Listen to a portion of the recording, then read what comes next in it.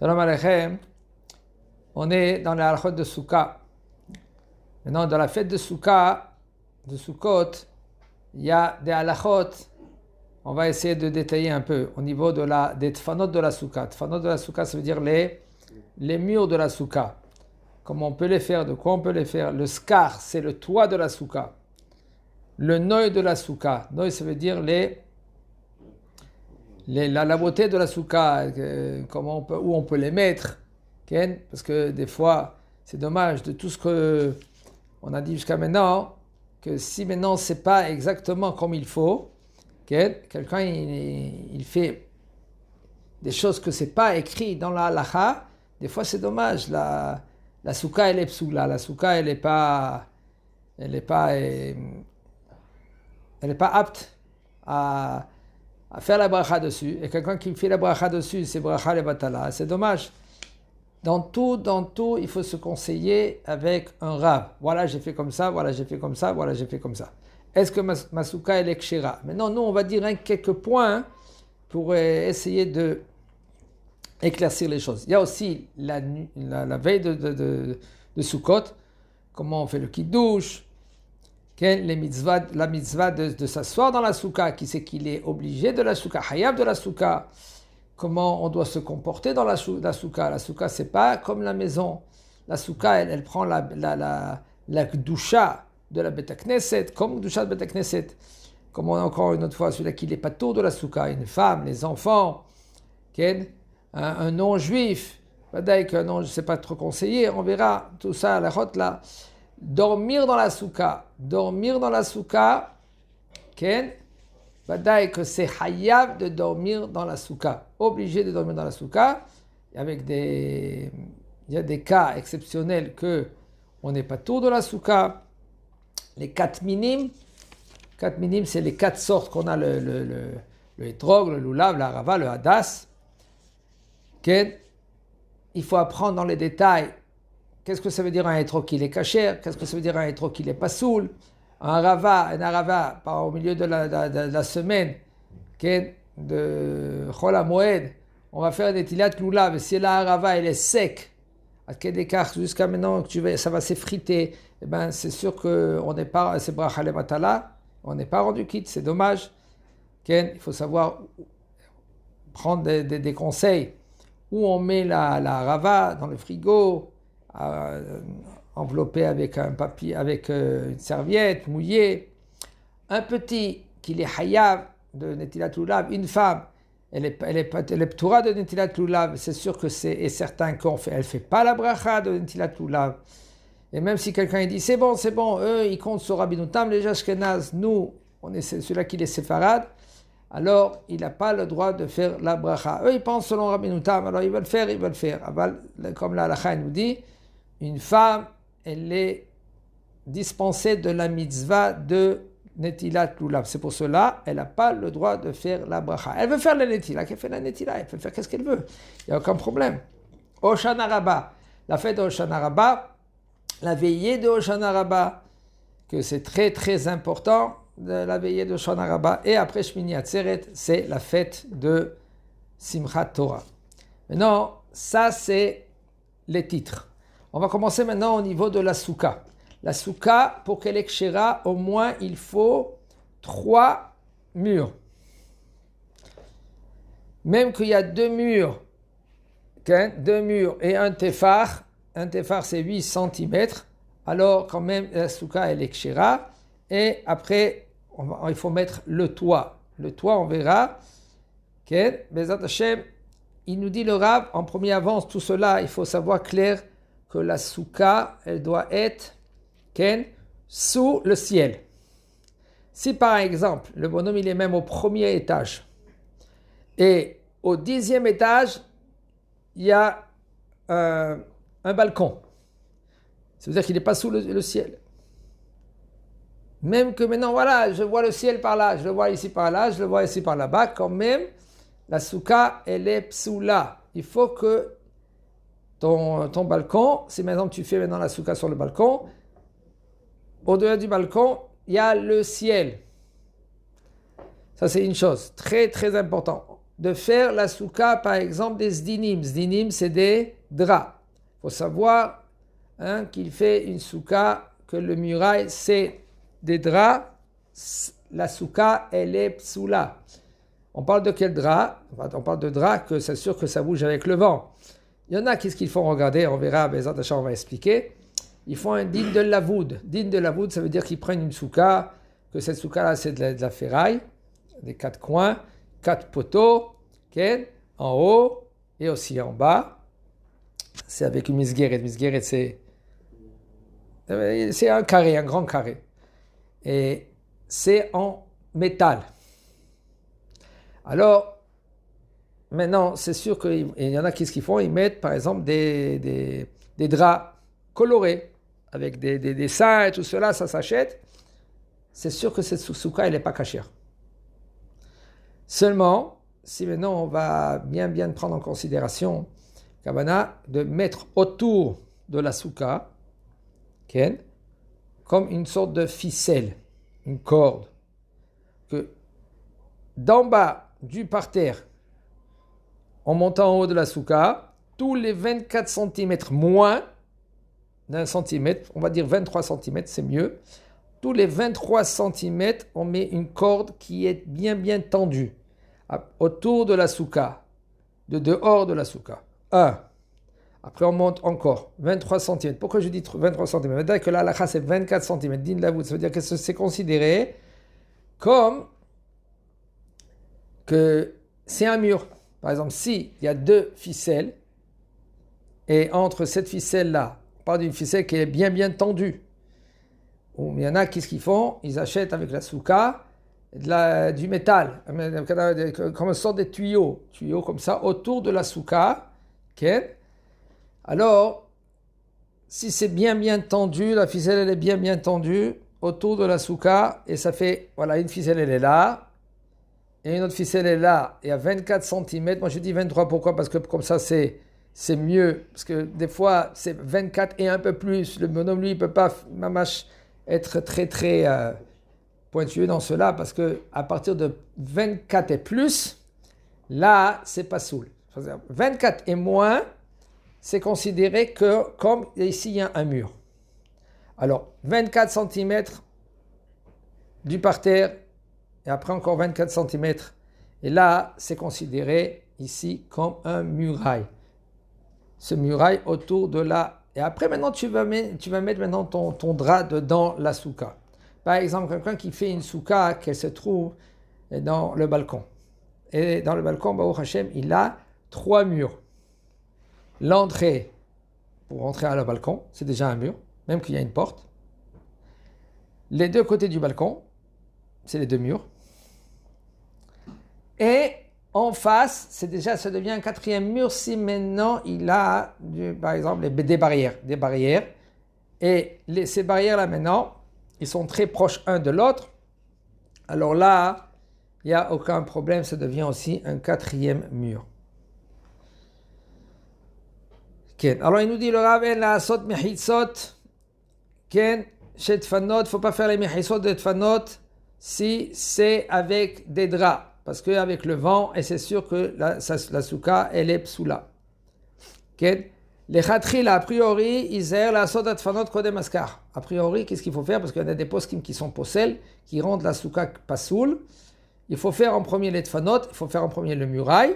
Après, quand on a fait les murailles, là, on met le skar. On verra de quoi il s'agit, le skar. Pourquoi? Parce que si on va mettre le skar en haut, okay, il faut que lui, maintenant, le skar, le toit, il est fait de quelque chose qui dit gidulo minakaka. Ça veut dire qu'il pousse, quelque chose qui ça pousse. Comme par exemple des branches. En général, on prend des branches de palmier. Aujourd'hui, Baruch Hashem, il y a aussi de netzach, skar netzach. Ça veut dire qu'on les plie. C'est fait du roseau. Et là, si on a mis en premier le skar, et après on a mis les murailles, parce que c'est très courant, si quelqu'un il achète une souka qui est faite en métal. Okay? Et puisque maintenant il a mis déjà la souka en métal. Alors ça veut dire c'est rien que des tuyaux comme ça. Okay? C'est misguerre, ça veut dire c'est un contour de tous les côtés. Et là maintenant il a mis le scar. Il a mis maintenant les roseaux, où il a mis par exemple du palmier, des feuilles de palmier. Mais en condition que ces feuilles de palmier sont coupées déjà. Parce que si maintenant il a pris un arbre, par exemple il y a un arbre à côté de chez lui, il l'a penché, il l'a attaché, ça c'est sûr que c'est assourd. Ça, on n'est pas rendu quitte. Qu'est-ce qu'il faut faire? Il faut en premier couper les branches, et après tu prends les branches et mets sur la souka. Maintenant, en premier, il faut faire les murs, après mettre le scar, et pas l'inverse. Pourquoi? Parce qu'après, ça s'appelle Ta'aseh Velomena Asouy. Ça veut dire quoi, Ta'aseh Velomena Asouy? On a la halakha, elle dit qu'il faut que la souka, on l'a fait, et pas elle se fait d'elle-même. Par exemple, si par exemple, quelqu'un, lui, il a pris un arbre, il a penché l'arbre, toutes les feuilles, toutes les branches, sur la souka. Maintenant, est-ce que la souka, elle est kshera, oui ou non? Elle n'est pas kshera. Pourquoi? Parce que les branches, ils sont attachées à l'arbre. Et lui, maintenant, on lui a dit, écoute, c'est pas caché, qu'est-ce que tu as fait? Il dit, bon, d'accord. Il coupe maintenant les branches. Maintenant, cette souka-là, maintenant, elle devient kshera, oui ou non? Non. Pourquoi? Parce qu'il a pas fait comme il fallait. C'est quoi? Couper les branches et mettre sur le scar. Ça s'appelle ta'aseh. Il faut faire la mitzvah de la souka pour construire la souka, mais pas qu'elle se fait de elle-même. L'interdiction, le fait qu'elle se fait de elle-même, ça c'est assourd. Comme par exemple aussi pareil, comme on a dit, il faut mettre en premier les murailles, le mur, okay, les 3 murs, 4 murs, et après mettre le scar. Et pas qu'il y a le scar, après mettre les murs. Parce que ça s'appelle comme Ta'aseh Velomena Asouy. C'est pour cela, mais si un homme il a fait ainsi, quand même, la souka elle est kshira. Alors il faut savoir, c'est bien, c'est conseillé, même dans un cas pareil, tu prends, si tu peux arriver au toit du scar, ou sinon avec un bâton, si tu as le scar en roseau, tu soulèves un tefar, et là c'est bon, la souka elle devient kshira. Okay. La souka, il faut qu'elle ait au moins la hauteur de la souka, il faut qu'elle ait entre 8 cm. C'est un tefar, 10 tfachim, souka, lo pachot me 10 tfachim, pas moins que 10 tfachim. Et le horer, et la longueur et la largeur, lo pachot me 7 tfachim. 7 tefar sous 7 tefar. Alors on dit 10 tfachim, combien c'est 10 tfachim? Un tefar, c'est 8 cm. Alors il faut mettre 80 cm, c'est la hauteur, minimum. Maintenant, la longueur et la largeur, 7 fois 8 cm, c'est combien 7 fois 8? 56. 56 cm sur 56 cm. Ça, c'est le minimum. Maintenant, il faut savoir qu'il y a des poskim qui disent 80 cm, c'est le juste, mais il faut rajouter 1 cm en plus, ça veut dire 81 cm. Et 57 cm et sur 57 cm, ça, c'est la souka qu'elle est kshira. En général, il y en a des gens qui ont une petite souka chez eux à la maison. Ils font même, des fois même 1 mètre sur 1 mètre. Et la hauteur de 1 mètre. Ça va, c'est la souka lekshera. Ils peuvent manger là-bas, dormir, c'est un peu difficile. À Valvadaï, il faut prendre en considération, on verra, Be'ezat Hashem, on verra pour dormir dans la souka, que Vadaï, c'est obligé de dormir dans la souka. Et pas qu'il y en a des poskim qui disent tout ce qu'ils veulent. Maran Asuchan Aruch, il dit clair, même de dormir, Shnat Arai, un homme qui somnole, peu importe où, Betakne, c'est à la maison, peu importe, on le réveille. En général, on n'a pas le droit de réveiller quelqu'un parce que c'est Gezel Shena, on lui vole son sommeil. Là, on est obligé de le réveiller. Tellement c'est important de dormir dans la souka. Seulement, il y a des conditions que si par exemple il est mitztaher, il n'est pas autour de la souka. Par exemple, mitztaher, ça veut dire il est dans la peine. Ça veut dire que quand il va dormir, il fait très très très froid mais il prend ses précautions. Si maintenant il pleut, c'est sûr qu'il ne peut pas dormir dans la souka. Manger dans la souka, ça dépend aussi. Si maintenant, Ad Kedekar, jusqu'à maintenant, son plat, il va être gaspillé, tu ne pourras plus manger de ce plat-là. Okay. Un homme que lui qui met le scar et que ce scar là maintenant c'est fait en roseau, mais ça c'est un tapis. Il a acheté cela et c'est fait tapis. C'est un tapis. Si c'est fait pour un tapis, on n'a pas le droit de l'utiliser autant que scar. Il faut que c'est fait pas pour être un tapis. Parce que ça s'appelle Mekabel Touma et ça c'est assourd de utiliser maintenant. Seulement si maintenant c'est fait neutre. Pourquoi? Tu peux le faire comme autant que pour arrêter le soleil. Alors ça, puisque c'est neutre, en général les scars en Eretz, s'ils sont faits pour la souka, alors il y a un recherche sur cela, sinon tu peux prendre des branches de tout ce que tu veux, seulement il faut que tu fasses attention que ça ne devienne pas sec. Si ça devient sec, jusqu'à maintenant ça va s'effriter dans tes mains, ça va dire qu'il faut changer tout de suite, sinon c'est de faire la bracha dessus, l'ishev à souka. Et Bezat Hashem, on va apprendre comment on fait et quand on va faire la souka, pas à chaque moment. C'est un Rambam. Le Rambam lui dit, chaque moment que tu rentres dans la souka, tu fais la bracha. Mais la halakha, d'après Maran et Shulchan Aruch, il n'est pas comme ça, seulement si tu manges un seuda de keva. Si tu manges un seuda avec du pain, là, tu vas faire la bracha, l'ishev souka. Okay. Le scar, on a dit, il faut qu'il est cachère. Et il faut savoir si maintenant c'est quelqu'un que lui, qu'il a une souka en métal, en fer, avec des tuyaux en fer, il faut savoir que c'est très très important de ne pas mettre le scar, le toit, sur le ferraille. Qu'est-ce qu'il faut faire autour des tuyaux? Il faut mettre du bois, des planches, des roseaux de bois, des planches de bois fins, les attraper avec un zikonim, ça veut dire des choses en plastique là, bien les serrer autour, et dessus on met le scar. Okay.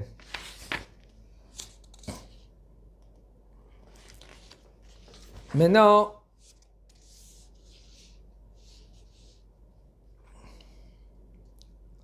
un homme que lui qui n'a pas fait la souka la veille, il peut faire la souka pendant Sukkot, et c'est une grande mitzvah qu'il doit faire, parce que, il n'a pas le droit de manger. Quand on parle de manger, c'est de manger kabetza. Kabetza, c'est 54 grammes de pain en dehors de la souka. Un petit ou une femme, ils sont dispensés de manger dans la souka. Si par exemple un papa, lui, il a une petite souka et c'est son balcon, alors ils peuvent manger à la maison et la table d'une façon. Mais pas lui, il faut faire très attention que la table, il faut qu'elle est dans la souka. C'est pas qu'il a une table qu'elle est longue, parce que si sa table à lui, elle est dans la souka, dans la maison, ça c'est un problème. Ça c'est un problème dans les poskim. Ils disent que des fois, c'est considéré, même qu'il a mangé dans la souka, des fois, c'est considéré qu'il n'a pas mangé dans la souka. Il faut il a une table, que la table, elle est dans la souka. Ça veut dire que c'est deux tables. Une table dans la souka, une table qui est dans la maison.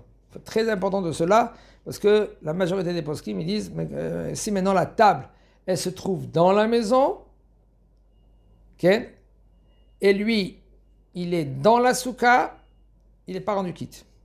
Maintenant, c'est une question, maintenant, si la table, elle est aussi, ça veut dire c'est une longue table, elle est aussi dans la maison et dans la souka.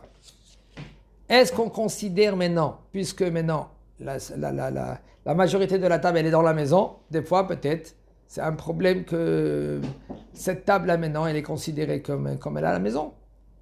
Et là maintenant, c'est un problème. C'est pour ça qu'il faut poser la question au Chachamim, après, comment gérer sa souka à la maison.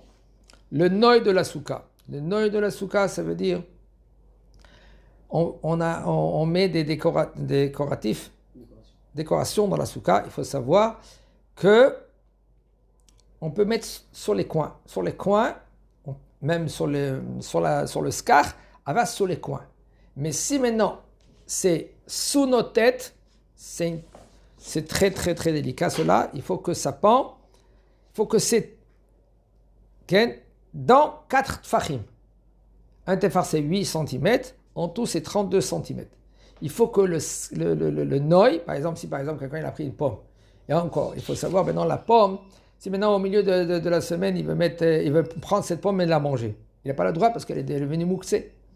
Seulement s'il a fait un tnaï, il a fait une condition, voilà que maintenant je le mets en condition que je peux l'utiliser pendant Sukkot. Si mais il prend cette pomme ou cette grenade, il la pend, elle est dans les 32 cm, alors c'est bon, tu peux t'asseoir même sous la pomme.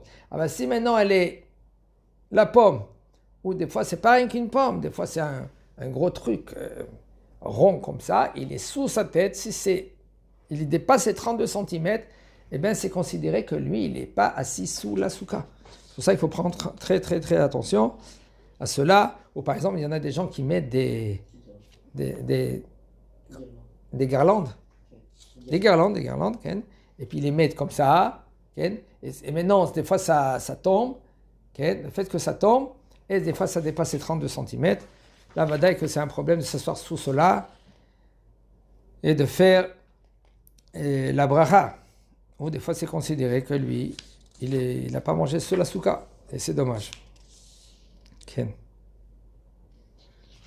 On peut mettre sur la souka tout ce qu'on veut, les photos qu'on veut, et considérer la souka comme la gdusha de la Beit Knesset.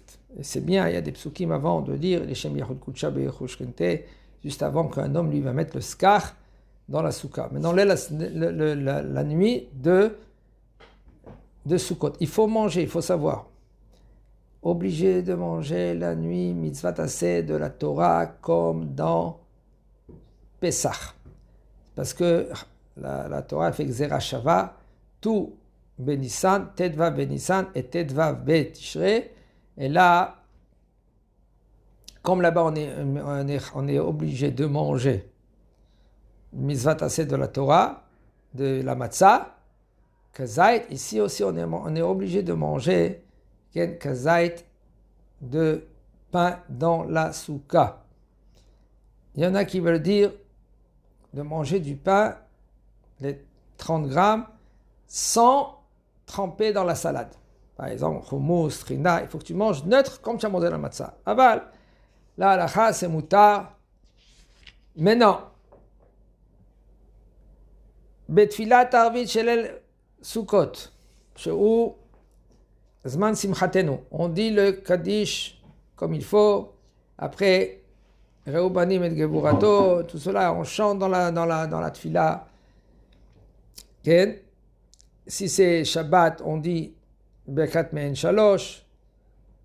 Dans le Kiddush, dans la nuit, dans la Souka. Bon, entre parenthèses, je dis, il faut mettre, c'est bien, c'est conseillé de mettre une chaise pour les Shiva ou Shpizin. C'est bien, c'est conseillé d'avoir des invités dans la Souka et de donner la Tzedaka avant. Si tu peux donner avant Sukkot, parce que si tu n'as pas donné la Tzedaka, les Ushpizin, ils ne vont pas rentrer, c'est dommage. Il faut donner au moins 7 repas. Une quantité de 7 repas chaque jour pour les pauvres.